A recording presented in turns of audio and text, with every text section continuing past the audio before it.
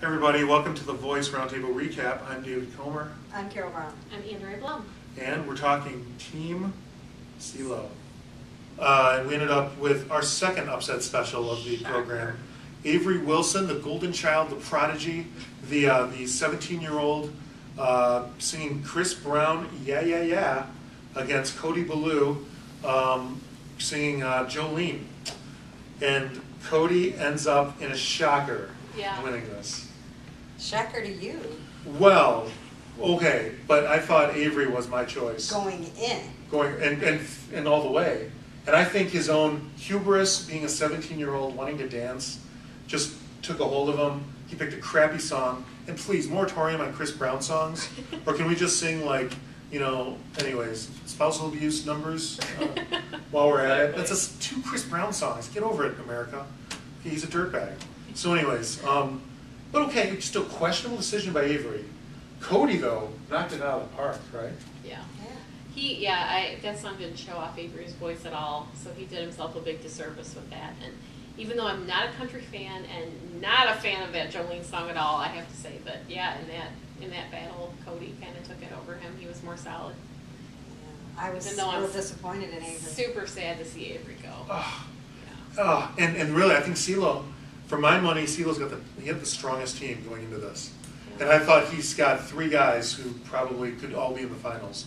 Which, FYI, they made an announcement that it won't just be one finalist from every team in the finals this year. Right. Which I think could be the Jamar Adams or Jamar Brown rule from last year, when Jamar was clearly the best of the semifinalists. Yeah. Who ended up on the curb just because they had one finalist per team rule, right? So, anywho, so that's an interesting twist. But moving on, Cody takes it. He deserved it.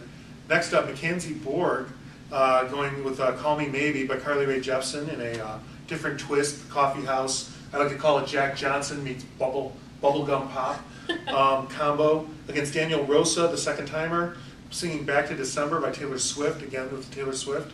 And Mackenzie ends up winning. And I totally agreed. I thought Daniel was on borrowed time. Oh yeah, I haven't been a fan of Daniel's from the beginning, and even though I thought maybe he was a little bit better with this song, and I'm not a big fan of Mackenzie either, but I would give that to Linda Mackenzie. This just wasn't a pairing I was excited about. So. Yeah, I wrote down that Mackenzie, his voice is nothing special really, but he definitely beat Daniel. He was pretty weak last night.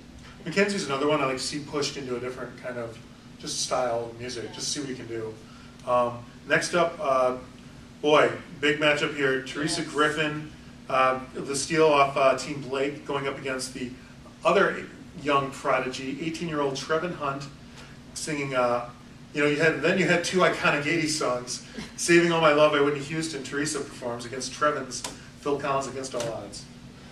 So, and Trevin gets picked. Yeah, when I heard Trevin's been my favorite since the beginning, and when I heard he was doing "Against All Odds," I thought, what? Some schlocky Phil Collins song, but okay, easy on the Phil Collins hate.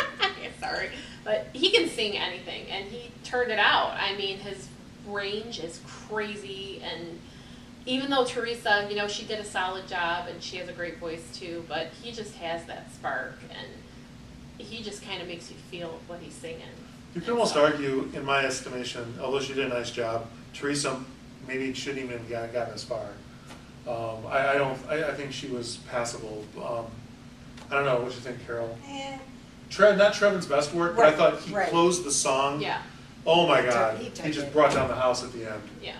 But I thought he started off with shaky voice but he kind of built momentum as he went on. And I really think if you don't lose that confidence thing, if he doesn't get over that by now, he might never, and it's going to come back to haunt him when it's live. And I just don't know how you can have a voice like that and not, think you're the stuff, because he's crazy talented. But I think we all love him. Yeah, he's got to be in the finals, or else. If he doesn't believe in himself, though, that's going to kill it for him. Oh yeah. Moving on, Michael Wastman going up against the soulful, looks like Jesus, and voice of a Motown legend, Nicholas David. And Nicholas did Put Your Records On. Michael did Don't Let the Sun Go Down on Me. Nicholas takes it, and I think Nicholas is kind of like, we're unanimous here. We love him dearly. Yep. He's so good. He's so good. Moving on, Caitlin Michelle against Diego Val in the final matchup of the program. And you had Caitlin singing, Bring Me to Life by Evanescence, and Diego Val doing Lenny Kravitz, Are You Gonna Go My Way?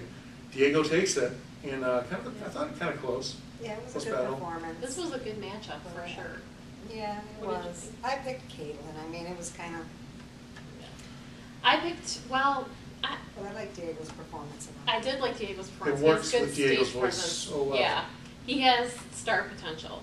But I loved Caitlin's voice. That Evanescence song was perfect for her because she's just like an Amy Lee, copy. But that being said, who knows if she could have done more things out of the box, and I can see why Diego won.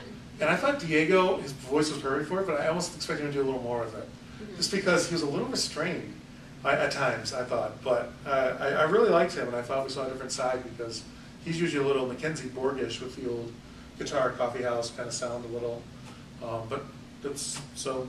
Anyways, that ends the first knockout program.